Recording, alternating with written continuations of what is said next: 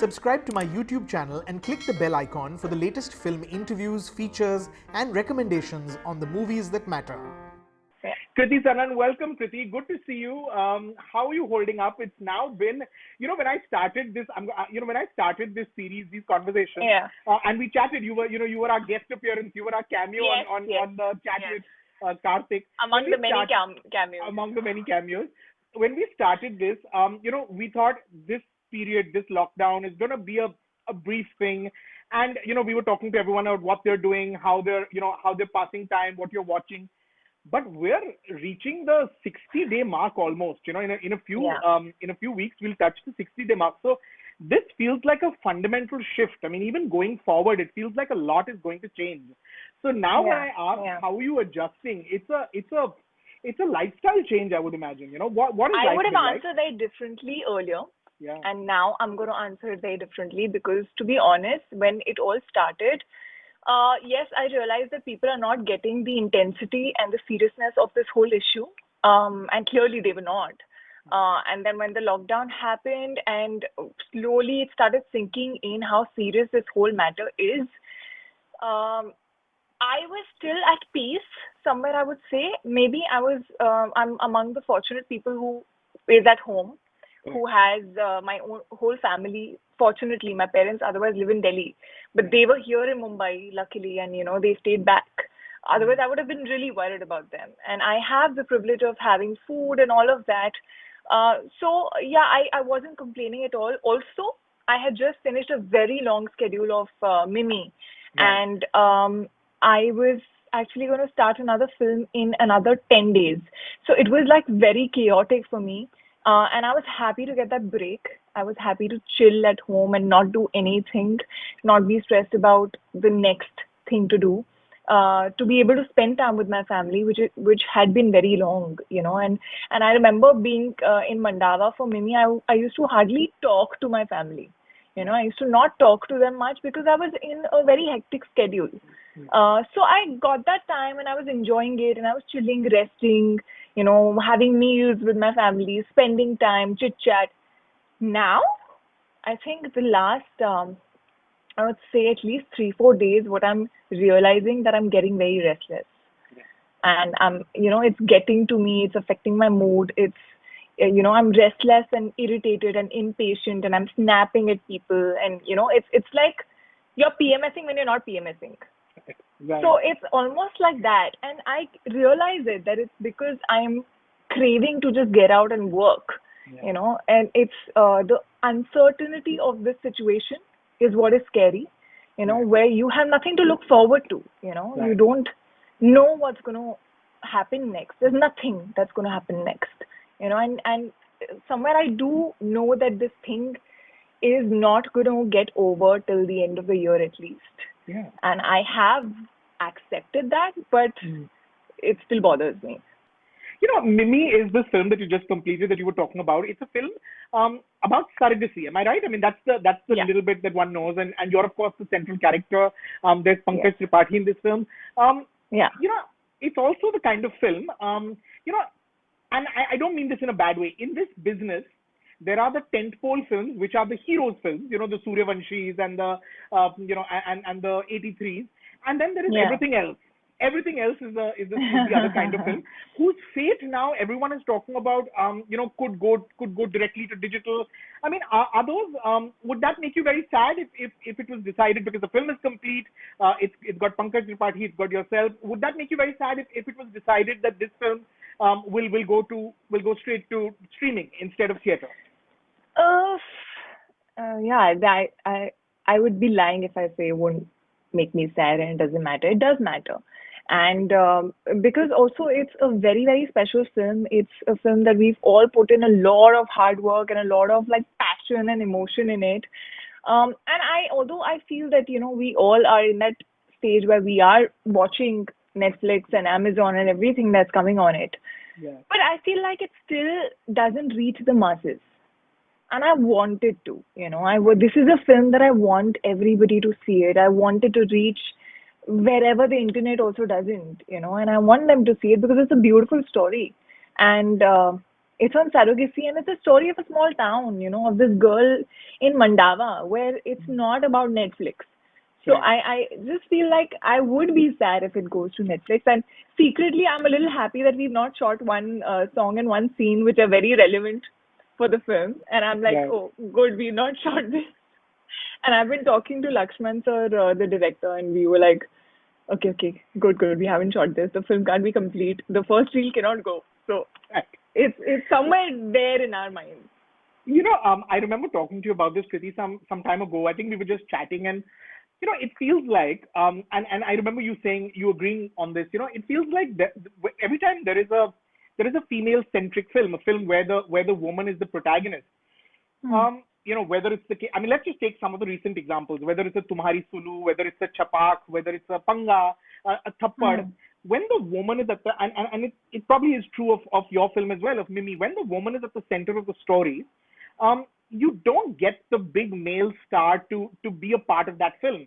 It almost never happens. Whereas the other way is always true. I mean, there will, the Absolutely. woman will always be there to support the hero film. I mean, whether it's a Dabang, whether it's a Tiger Shroff film, whether it's a Hrithik Roshan film, the women will be there to support you. You need a female lead, and there will be a top actress. There will be a top. Yeah, Let me correct yeah. myself. I mean, a top actress will be there. A mainstream heroine will be there.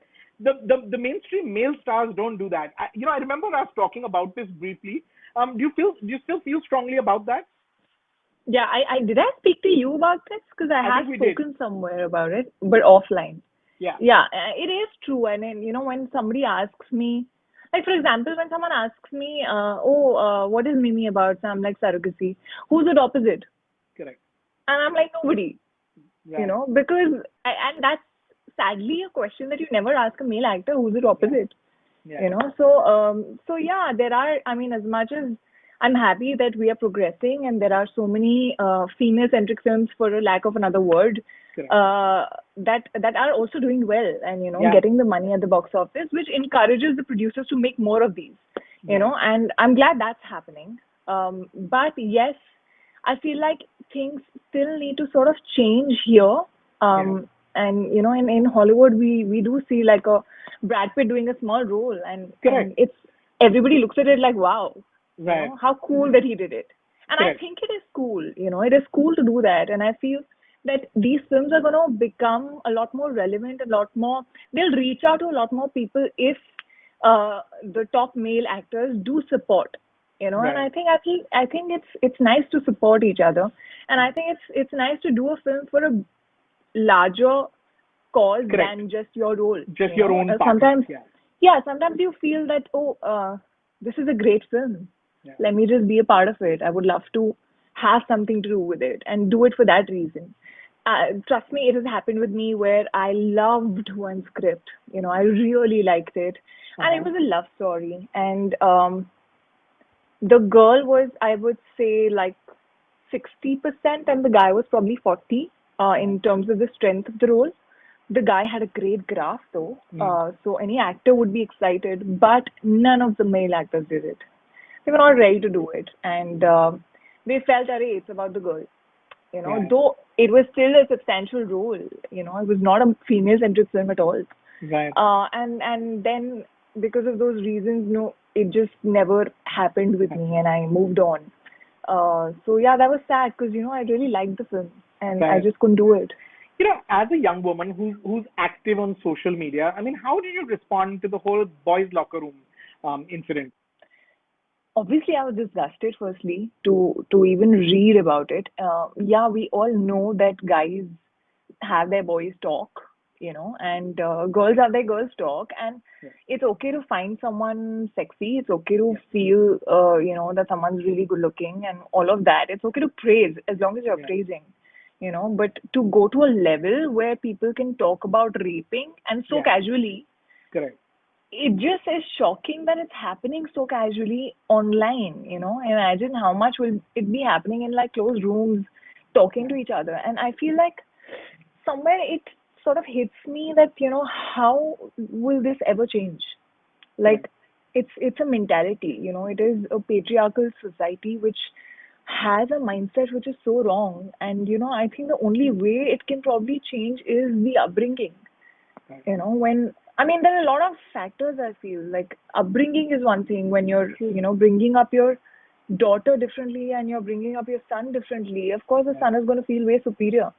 True. He's never going to feel like he should be respecting women as much as he should be respecting men. Correct. And that is one thing I feel like, we do so many It little starts at things the that root. sort You're of, right. Yeah. yeah, which kind of creates this bias. It is as simple as saying girls dance and guys should go for boxing. Why? We differentiate. This is such a girl's thing to do. Why is it a girl's thing to do? A boy should not cry. So I feel we start differentiating in such like simple things. Correct. The casual बचपन से sexism. आपको ये Yeah. बताया हुआ है. बचपन से हमको बताया हुआ है कि लड़कियां लड़के अलग होते हैं. लड़कियां बाल बढ़ाती हैं, लड़के बाल नहीं बढ़ाते usually. And like very pink and blue. It's as simple as that. Why can't I like blue more? I can. So I feel like it's the mentality and the thinking, and we all follow certain things without really realizing why we're doing it. I feel that somewhere the fact that sex is such a taboo in our society, that we sort of feel like, talking about it is we're talking about sex. Right. It's become like that. Hush kind of thing. Yeah. It's such a hush thing, and then you never realize when you cross the line and you're not talking about sex anymore, but you've gone violent, talking about rape, which. So I feel like there's so many things where we are, it's like the forbidden fruit. Yeah. When you don't talk about sex and you keep it so hush, you make such a big deal out of it. Right. That when you're alone, you don't think of it in a positive way. You're thinking of it as something more exciting than what probably it should be. Correct. And I feel that sex education in general should be given at an early age. The age of puberty has been decreasing ever since. Right. I mean, I feel that we should sort of have sex education in schools at a much early level, and also just I feel the mothers and the fathers should stop treating their daughters and sons differently. And so many times I feel like women only put women down. It happens so often where women are like, हाँ कैसे कपड़े पहने हैं, आज ना उसको मैंने इस लड़के के साथ देखा था, फिर उसको उस लड़के के साथ देखा था, तो it's like you're always judging the girl but you're not judging the guy. I feel we make men feel so powerful from the very childhood that they start feeling that they are powerful, and they talk shit like what happened in Bois Locker Room, and objectifying and all of that. I feel it's it all starts with it all starts with the upbringing that you have and how you've seen men around you treat women, how you've seen a father treat women, how you've seen your sister being treated at home, and about the fact that you're not really probably friends with any girl to respect her or to know her as a human being, So I feel it's too many things altogether which needs to be corrected, and it's going to take a very long time to correct this. So I wasn't shocked, correct, to be honest, when I saw the whole thing. But I was disgusted, and it made me feel sad about the whole situation, and made me feel like how will we ever get to normal behavior?